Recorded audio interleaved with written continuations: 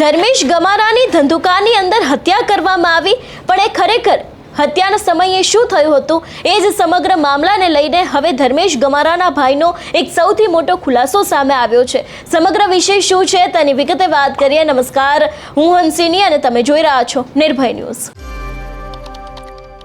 ગઈકાલે ગુજરાતના ધંધુકામાંથી એક ઘટના સામે આવી।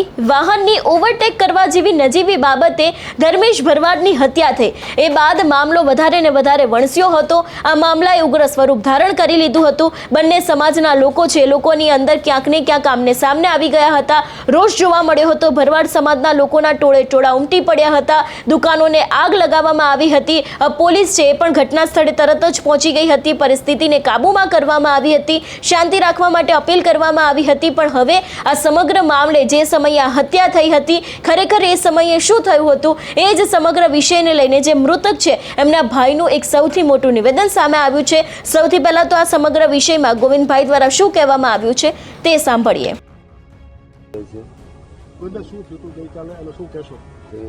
બાઇક લઈને બાજુમાંથી નીકળ્યો, એમાં કંઈ મગજમારી થયેલી છે મારા ભાઈ સાથે, અને પછી એમાંથી કંઈ આ ભાઈ મારા ભાઈને છરી મારી દીધી જાંગના ભાંગમાં, અને જે સારવાર દરમિયાન તેનું મૃત્યુ નીપજ્યું છે।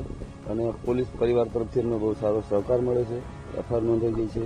અને બીજું કે જે કોઈ સંગઠનો કોઈથી અમારે કોઈ ભરમાવાનું થતું નથી કોઈથી, અને બસ અને પોલીસનો બહુ સારો સહકાર છે, અને અમને ન્યાય મળે, બસ એક અમારી જ માંગ છે। તમારો ભાઈ શું કરતા હતા? મારો ભાઈ અહીં ઘરે રહે અને પશુપાલનનો ધંધો કરતો હતો, અને પશુપાલનથી ગુજરાન ચલાવતો હતો। અમને ન્યાય મળે, બસ અમારી આ ઘટનાને લઈને। અને અવારનવાર અમારા સમાજની ઉપર ટાર્ગેટ કરે છે, અને અમારા સમાજના આવા યંગ છોકરાઓને જે ટાર્ગેટ બનાવે, અને મૃત્યુ 4-5 વર્ષ થાય એક સમાજનો છોકરાને આવી લઈ લેવો એમનો, બસ એમનો લક્ષ્ય દ્વય થાવો।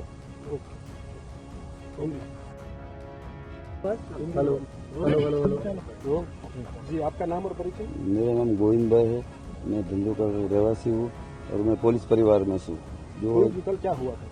मेरा छोटा भाई गांव में गया था, तो गांव में जो उसका बाइक के कोई लफड़ा हुआ था, छोटी मोटी बात हो गई थी, तो उसने छुरी निकाल के सीधी मेरे भाई को मार दी। सारवार दरमियान में उसका मृत्यु निपजा है, और पुलिस तरफ से बहुत अच्छा सपोर्ट मिल रहा है। पुलिस अभी तपास अच्छी करे। कोई संगठन के कोई ऐसा कोई किसी का भरमा वो करना नहीं है, बस बहुत अच्छा चल रहा है सबके। अभी कई लोग जो है ऐसे माहौल में हिंदू मुस्लिम करते हैं, या फिर एक अफवाह का माहौल करते हैं, कुछ संगठन है वो जुड़ जाते हैं, उसको लेकर आपकी क्या अपील है? मेरी अपील है कि कोई ऐसा कोई माहौल बिगाड़े नहीं, बस मेरी यही अपील है। और बार बार इन लोगों का एक टारगेट बना रहे कि भरवाड़ समाज कोई बार बार ऐसा करे, कोई जवान लड़का कोई मार रहे हैं, तो इसके लिए कुछ एक्शन होना चाहिए। सरकार में से, पुलिस में से, सब में से ये कुछ होना चाहिए। पुलिस का कैसा सपोर्ट है? पुलिस का तो बहुत अच्छा सपोर्ट है। पुलिस एक परिवार की तरह कर रही है।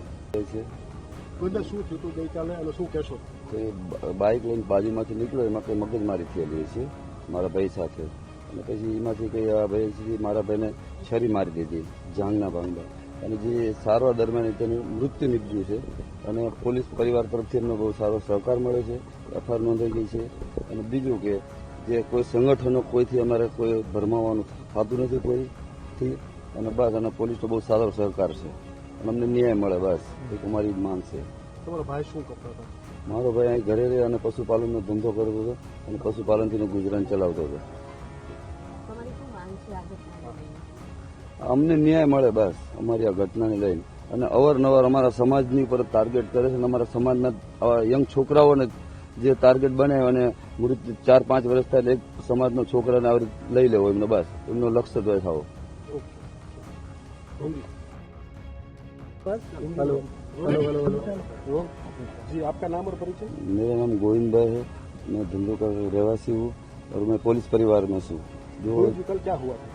मेरा छोटा भाई गांव में गया था, तो गांव में जो उसका बाइक के कोई लफड़ा हुआ था, छोटी मोटी बात हो गई थी, तो उसने छुरी निकाल के सीधी मेरे भाई को मार दी। सारवार दरमियान में उसका मृत्यु निपजा है, और पुलिस तरफ से बहुत अच्छा सपोर्ट मिल रहा है। पुलिस अभी तपास अच्छी करे।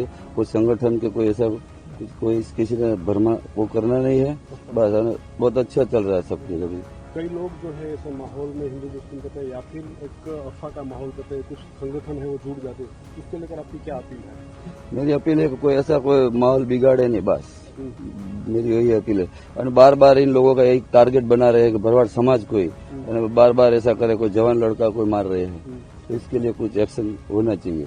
सरकार में से, पुलिस में से, सब में से ये कुछ होना चाहिए। पुलिस का कैसा सपोर्ट है? पुलिस का तो बहुत अच्छा सपोर्ट है। पुलिस एक परिवार की तरह कर रही है। એટલે એક તરફ ગુજરાતમાં જે રીતે કાયદો અને વ્યવસ્થાને લઈને સવાલો ઊભા થઈ રહ્યા છે, બીજી તરફ આપણે જોયું કે તેમના ભાઈનું આ નિવેદન સામે આવ્યું છે, જે ધર્મેશભાઈ છે એ પશુપાલકના ધંધાની સાથે જોડાયેલા હતા અને આ નજીવી બાબતે હત્યા કરવામાં આવી છે। જોકે તેમના ભાઈનું તો એવું પણ માનવું છે કે તેમને ચોક્કસથી ન્યાય મળવો જ જોઈએ, બાકી જો ન્યાય નહીં મળે તો ક્યાંક ઘણા બધા જે સમાજના લોકો છે એ લોકોનું એવું પણ કહેવું છે કે આગામી સમયમાં અમને ન્યાય નહીં મળે તો ક્યાંક મોટી નવાજૂની પણ કરવામાં આવી શકે છે। અને એવામાં જ્યારે અત્યારે હાલ આ પરિસ્થિતિ આખી સામે આવી છે, ઘટના સામે આવી છે, એમાં પણ જોવાનું રહેશે કે આગામી સમયમાં પોલીસ દ્વારા શું ખુલાસા કરવામાં આવે છે। તમારું શું માનવું છે આ વિષયને લઈને અમને કમેન્ટ કરીને ચોક્કસથી જણાવજો। તેની સાથે અમારી ચેનલ નિર્ભય ન્યૂઝને લાઇક, શેર અને સબસ્ક્રાઇબ કરવાનું ભૂલશો નહીં। નમસ્કાર।